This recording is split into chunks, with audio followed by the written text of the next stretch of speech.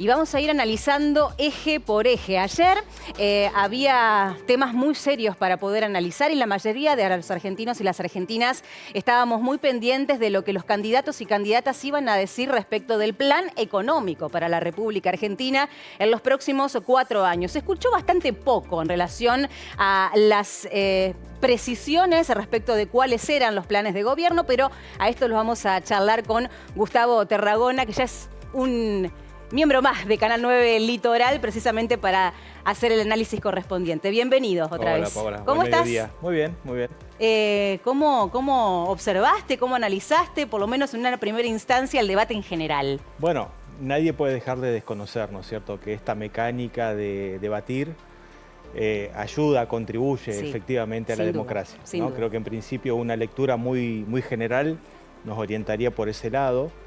Creo que también por el otro lado, Paola, me parece que a diferencia de debates anteriores, este trajo una novedad, que era la posibilidad de que los ciudadanos, las ciudadanas pudiéramos aportar también, en el sentido de proponer otros ejes de discusión, más allá del económico y de los otros que también se debatieron. Así que creo que en ese sentido quizás todavía no hemos tomado real conciencia, no hemos valorado cívicamente la importancia, ¿no?, que reviste y que seguramente lo hará de una manera cada vez más importante en el futuro, el involucramiento y la participación de los ciudadanos, de las ciudadanas en este tipo de evento político. Es una práctica y la Argentina es bastante incipiente en la obligatoriedad de que esto sea debatido en público y para la mayoría de los argentinos y argentinas. Exactamente.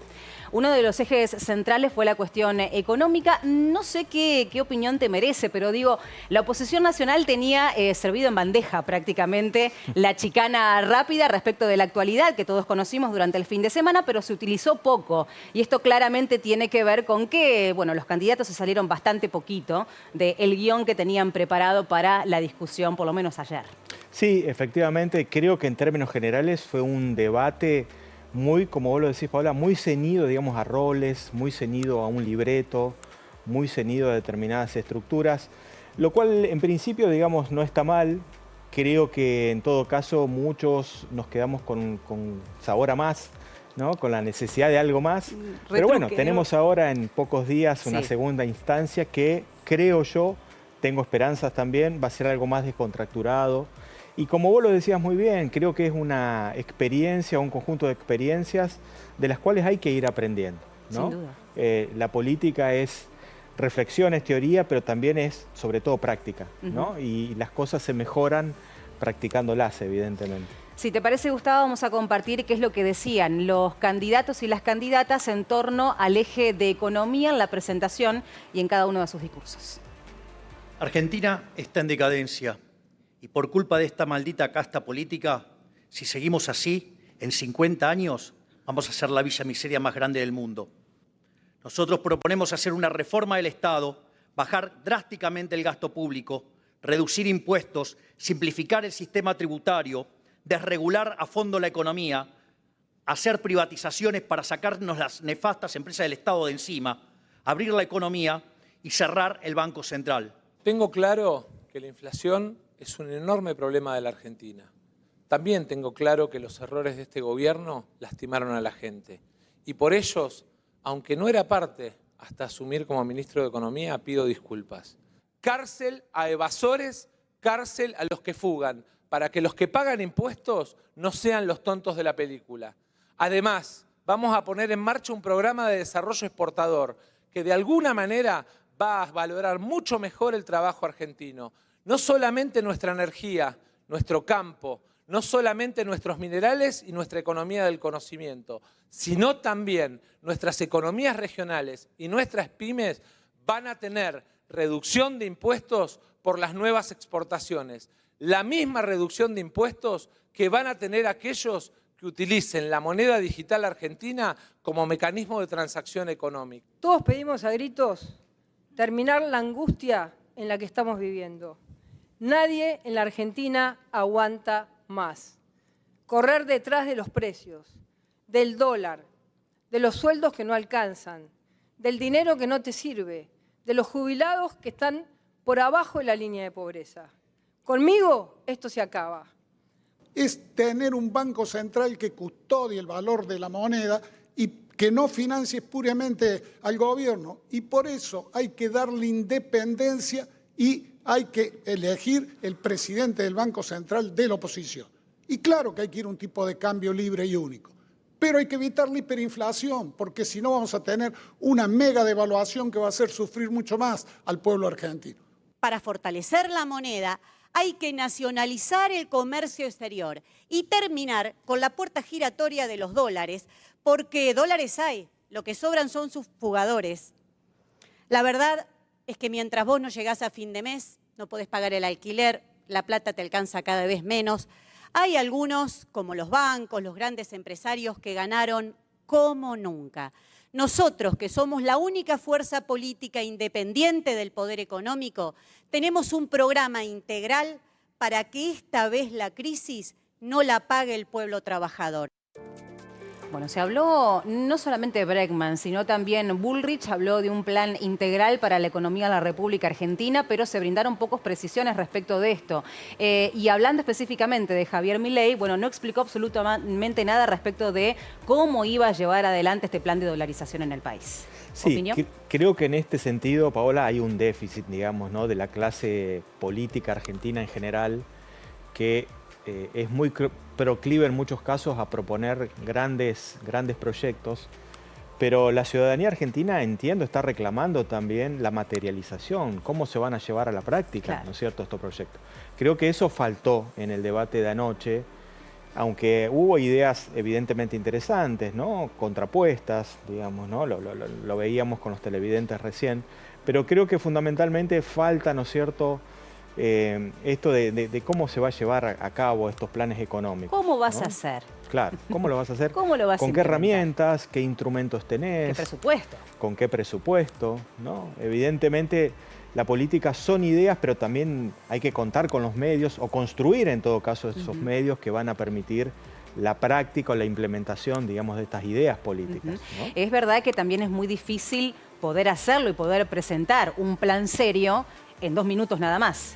Sí, quizás el formato de los debates, en todas partes, ¿no?, en todas las democracias donde se dan este tipo de debates, conspira evidentemente con la posibilidad de profundizar ideas, de proponer.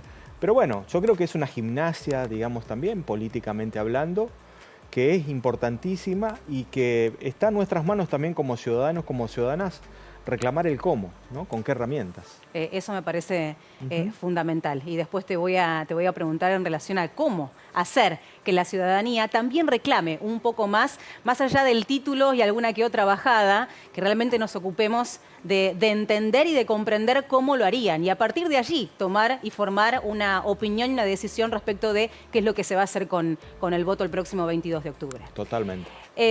No sé qué te parecieron los cruces, porque 2 de los principales candidatos con proyecciones reales de llegar al gobierno gastaron sus derecho a réplica, claro, y contrarréplica en esta instancia, en la instancia cuando se habló específicamente de economía.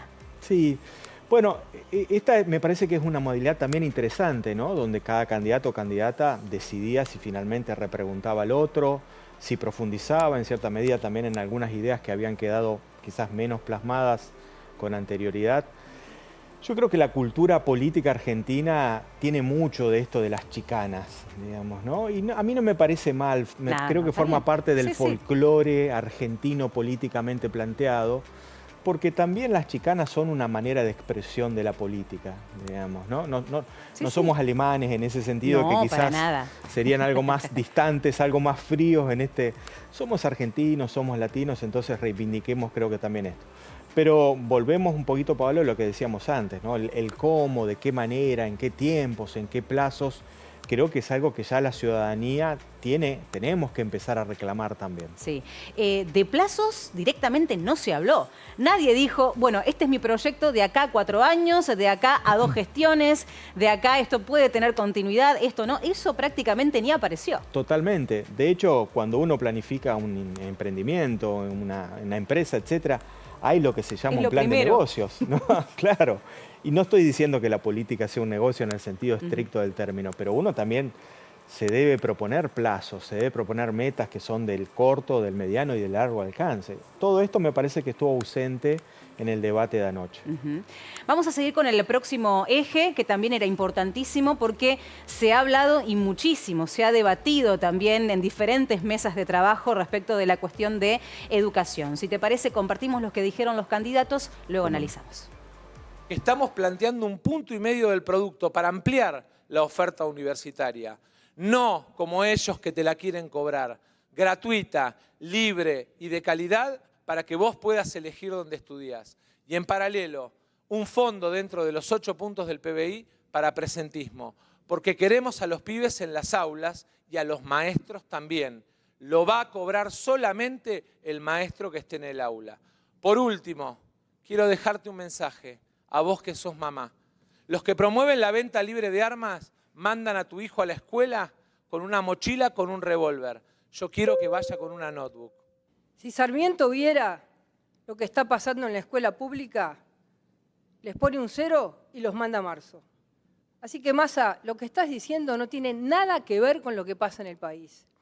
Mamás y papás, conmigo la historia de los paros se termina y el adoctrinamiento se termina de una vez y para siempre. Primero, 190 días de clases, ni uno menos. Segundo, lo vamos a declarar servicio esencial para que las huelgas sean fuera de los 190 días de clase. Las aulas son sagradas. El salario inicial de maestra de Córdoba es el más alto del país. Tampoco nadie pasa por decreto. El que no sabe, repite el año. Y cuidamos a los estudiantes, porque hacemos las pruebas de evaluación de la calidad educativa, las pruebas PISA y las pruebas PRIMA. Y también apuntalamos con el boleto educativo gratuito o con internet gratuita a los estudiantes. Eso hacemos en Córdoba. La educación no puede ser un negocio. Y advertimos, vamos a defender la educación sexual integral obligatoria, porque, entre otras cosas, sirvió para identificar numerosos casos de abuso en niños, niñas y adolescentes, y también para respetar la diversidad sexual. Tenemos derecho a una educación pública, gratuita y de calidad.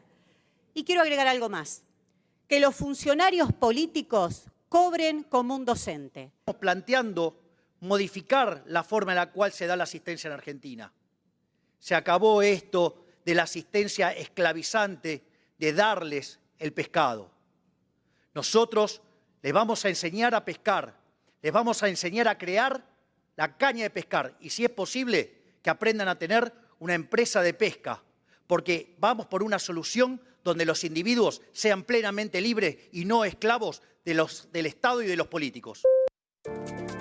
No sé qué te pasó a vos, Gustavo, pero en este eje también se esperaban cruces bastante fuertes que no ocurrieron porque ya se habían gastado las réplicas y las contrarréplicas en el bloque anterior. Sí, totalmente. Yo creo que, Paola, uno de los aspectos o una de las dimensiones de todo sistema educativo que hay que prestar muchísima atención es no solamente la dimensión de la cantidad de días que se imparten clases, sino que yo creo, y bueno, una de las candidatas ahí lo estaba planteando, yo creo que necesitamos ir evidentemente a la calidad de lo que enseñamos a nuestros alumnos, a nuestras alumnas, en el nivel de jardín de infantes, en el nivel primario, en el nivel secundario. Y no estoy diciendo en este sentido que la calidad educativa tenga que estar alineada necesariamente con las necesidades del mercado, ¿no? Pero tampoco podemos estar en una situación en donde lo que por ahí el mercado requiere va para un lado y el sistema educativo que le ofrece a sus alumnos no tiene nada que ver. Tiene que haber algún tipo de diálogo, pero me parece que fue algo que no ocurrió, no se dio anoche, ¿no? Creo que todo rondó en torno a sí, gratuidad, no gratuidad. Voucher educativo, cantidad, sí, que es un aspecto importante verdaderamente. Pero yo quiero que también los docentes seamos evaluados en este sentido, ¿no? Y la palabra evaluación no tiene que ser tomada como en un sentido policía, con un sentido persecutorio. Yo también quiero que evalúen la calidad de mis clases, de mis conocimientos. No, creo que tenemos que ir avanzando también en ese sentido. Y que la cuestión educativa no tiene que ver con los contenidos solamente en el aula, sino que necesita y amerita una reestructuración mucho más profunda que ese análisis. Hoy, en este siglo XXI, educar es también salir a territorio, educar es también que los establecimientos, sobre todo las universidades, vayan, no esperar a que la sociedad venga, digamos, ¿no? Y me parece que en eso hay muchísimo para hacer, pero bueno, no se dio tampoco anoche, ¿no? Vamos a ver qué es lo que ocurre en este sentido el próximo domingo. Pero quería preguntarte específicamente cómo viste cada uno de los candidatos en su forma de comunicar sus proyectos y también en su forma de llevar adelante los contrapuntos con el resto de los candidatos. A mí me parece que Bullrich quedó como bastante por fuera de la discusión que por lo menos en una primera instancia llevó adelante Javier Milei con Sergio Massa, que se eligieron para debatir mutuamente y Bullrich quedó un poquito al costado en ese sentido. Sí, estoy de acuerdo, Paola, con el análisis que vos haces. Yo creo que en principio se esperaba un protagonismo algo más fuerte por parte de Patricia Bullrich. Tenía mucha presión también. Era mucha la que tenía presión, más presión, evidentemente. Creo que es muy rescatable también el papel y la manera de encarar, digamos, el debate de Bergman, me parece que sí. Claro que uno podría pensar que... A todos. Exactamente, ¿no? Claro que uno podría pensar que ella tiene menos presión en el sentido, digamos, de que, bueno, puede de alguna manera tener un discurso ideológicamente más poderoso, más potente, porque de alguna manera entiende que la cantidad, probablemente, ¿no?, que la cantidad de votos que va a obtener en las generales quizás sean iguales o algo superiores, pero los otros candidatos tienen sobre todo la necesidad de fidelizar el voto que han obtenido en las PASO, no perderlos, ¿no? Entonces, yo creo que eso ha llevado también a cierta y pequeña moderación del discurso. Y evidentemente, yo creo que las personalidades también juegan, ¿no es cierto?, en este sentido, que obviamente hay muchos equipos que están detrás, pero yo creo que hay un equilibrio también que los candidatos o candidatas tienen que hacer entre la preparación de los equipos y la necesidad de mostrarse naturalmente, ¿no? Yo creo que la naturalidad empieza a transformarse en un valor político cada vez más codiciado, ¿no? Y en este sentido es algo complejo, ¿no? Sí, no te puedo no preguntar por lo que dijiste por Javier Milei, porque digo, es una persona totalmente distinta a la que conocimos previo a las PASO. Exactamente, Digo, exactamente. Y en este sentido, ¿Milei pierde o gana mostrándose tan distinto como se mostró inicialmente? Yo creo que si hay un número importante de ciudadanos, ciudadanas, sobre todo jóvenes de sub 30, digamos, que han votado a Milei por su estilo de política, entiendo que él cambie o modere su discurso ahora, tiene más para perder ese caudal de votos que para ganarlo. Claro, ¿no? Porque cuando le preguntábamos si salíamos a la calle a consultar a la gente respecto de las propuestas de Javier Milei, poco se conocía en relación a esto. Por lo cual uno entendía que su personalidad o el personaje que él había construido en torno a su candidatura era lo que llamaba la atención. Totalmente y lo que llevaba el voto a la urna. Por eso decíamos recién que hay un equilibrio que no es fácil de lograr, ¿no?, entre lo que el equipo de campaña quiere y aconseja y sugiere, y después la necesidad de todo candidato de mostrarse tal cual es, ¿no? Porque por ahí te piden, bueno, moderate quizás un poquito. Bueno, pero yo soy así, digamos. Entonces creo que hay ahí cosas interesantes para trabajar y para seguir, digamos, ¿no? ¿Massa? Yo creo que es un hábil político, un experimentado, digamos, político, que en estas circunstancias complejas, no solamente por lo de Insaurralde, y necesitaba decirlo, digamos, en todo caso, en este contexto, pero no nos olvidemos, Paola, también que una semana antes se había dado a conocer por parte del INDEC ese terrible porcentaje del 40,1% de pobreza, con una inflación que no logra ser controlada, evidentemente, por las autoridades del gobierno. Creo que en ese contexto extremadamente desfavorable, Massa se desenvolvió con muchísima habilidad. Con muchísima habilidad, ¿no? Eso creo que hay que reconocerlo. Sí, y Schiaretti trayendo de manera casi permanente en cada uno de los ejes el tema de la actualidad o cómo se presenta la provincia de Córdoba en estos puntos específicos. Como una suerte de modelo de gestión, digamos, ¿no?, de una provincia que podría ser de alguna manera influenciar también lo que pasa a nivel nacional, ¿no? Claro, sí, creo que sí. Vamos a ir con otro de los ejes, esta vez, y como vos marcabas, tiene que ver con uno de los temas que fue propuesto por parte de la ciudadanía, que no es menor, porque también había muchos cruces previo al debate presidencial respecto de este tema entre algunos de los candidatos. Lo vemos. Que todo el día están diciéndome que yo usé la violencia. Yo no la usé, yo fui de una organización juvenil. Y siempre, siempre lo dije. Y lo digo aquí frente a millones y millones de argentinos. Decir que esa tragedia tan brutal hoy tiene que ser reconocida tanto por los muertos de la dictadura como los muertos de las organizaciones armadas, tanto civiles como militares. Pero vamos a la convivencia democrática. Basta de piquetes, basta de hacer de la vida de la gente una convivencia imposible. Vamos a terminar con los piquetes, con las tomas de tierras, con la toma de tierra en las Patagonias. Vamos a representar a todos los argentinos que quieren trabajar y vivir en paz. La convivencia democrática está rota porque todos los sindicatos y todos los piqueteros que responden al gobierno ahora están todos callados. Nosotros respetamos la libertad de prensa. No le echamos la culpa a la prensa de cualquier error o fracaso como hace el gobierno nacional de más.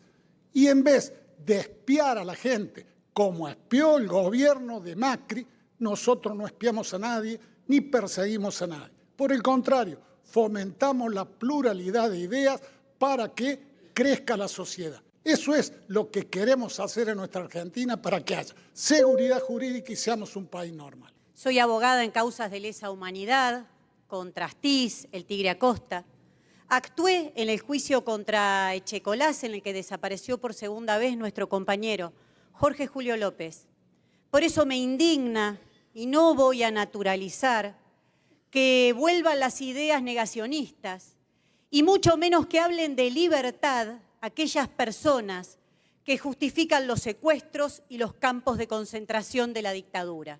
Nosotros valoramos la visión de memoria, verdad y justicia. Empecemos por la verdad. No fueron 30.000 los desaparecidos, son 8.753. Por otra parte, estamos absolutamente en contra de una visión tuerta de la historia. Para nosotros durante los 70 hubo una guerra. Y en esa guerra las fuerzas del Estado cometieron excesos. Y por tener el monopolio de la violencia le vale todo el peso de la ley. Pero también los terroristas de Montoneros, los terroristas del ELERP, mataron gente, asesinaron gente, torturaron gente, pusieron bombas e hicieron un desastre y también cometieron delitos de lesa humanidad. Además, tampoco estamos de acuerdo con los curros de los derechos humanos, aquellos que usaron la ideología para ganar plata, para hacer negocios turbios, o no recuerdan algo así como sueños compartidos, o lo que es la propia Universidad de Madres Plaza de Mayo. Por lo tanto, ¿saben qué? Ustedes sigan discutiendo la historia, sigan tratando de discutir la historia, reescribirla. Nosotros venimos acá, ¿saben qué? Para gobernar, para una Argentina nueva, una Argentina distinta, que es imposible con los mismos de siempre. Y nosotros nos vamos a ocupar de aquellas personas que están bajo la línea de la pobreza, bajo la línea de indigencia, del 60% de chicos que no pueden morfar. De eso nos vamos a ocupar nosotros. Y quiero, en primer lugar, contarles cuál es el desafío que tenemos a 40 años de democracia. Primero, cuidar el legado. Memoria, verdad y justicia. Camino que iniciamos con el juicio a las juntas y terminamos con la condena de los represores. Camino que a la Argentina le valió un enorme reconocimiento internacional que permite que los argentinos seamos palabra mayor a nivel internacional en los organismos de derechos humanos.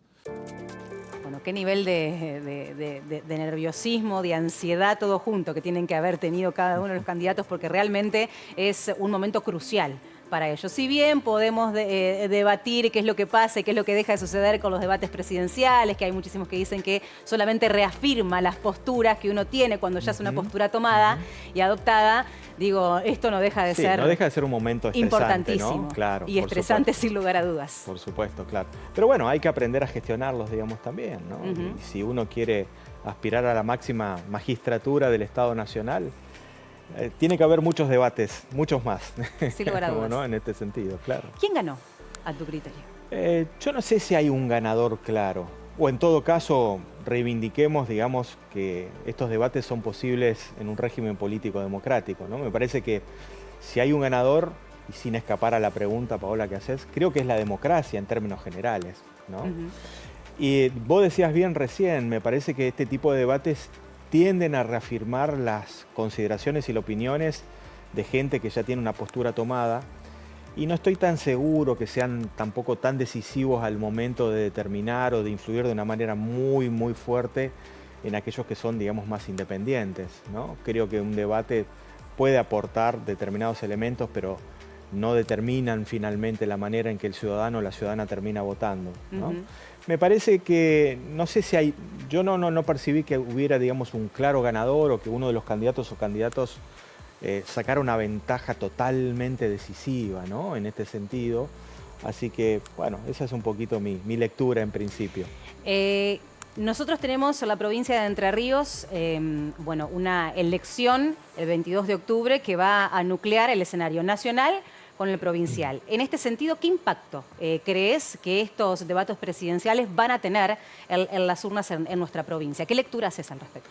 A ver, me parece que de algún sector político, digamos, se ha intentado ya con alguna decisión tomada hace algún tiempo atrás, particularmente del titular del Poder Ejecutivo Provincial, de no desacoplar, ¿no es cierto?, las elecciones nuestras con las elecciones nacionales, que hubiera, digamos, algún tipo de impacto o influencia con lo que pasa a nivel nacional.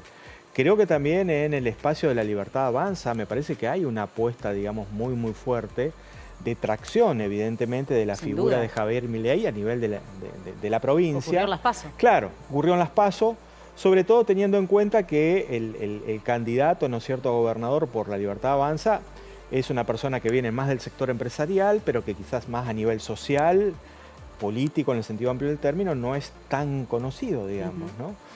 Me parece que en este sentido también la figura de Rogelio Frigerio tiene una gravitación más personal, tiene una gravitación más fuerte.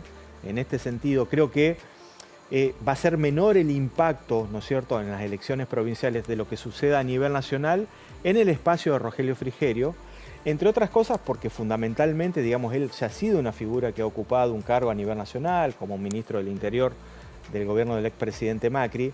Creo que tiene una ascendencia y tiene un conocimiento a nivel de la provincia que le permite jugar de una manera un poquito más desacoplada de lo que va a pasar a nivel nacional. Bien. Gustavo Tarragona, como siempre, analista político que nos ha estado acompañando en varias oportunidades. Queríamos hacerte las consultas correspondientes porque realmente fue muy importante lo que ocurrió ayer. Seguramente el lunes que viene estaremos Con muchísimo nuevamente. gusto. Gracias. Muchísimas gracias por estar. Al contrario. Nosotros le damos continuidad a este Ahora Mediodía. Lo hacemos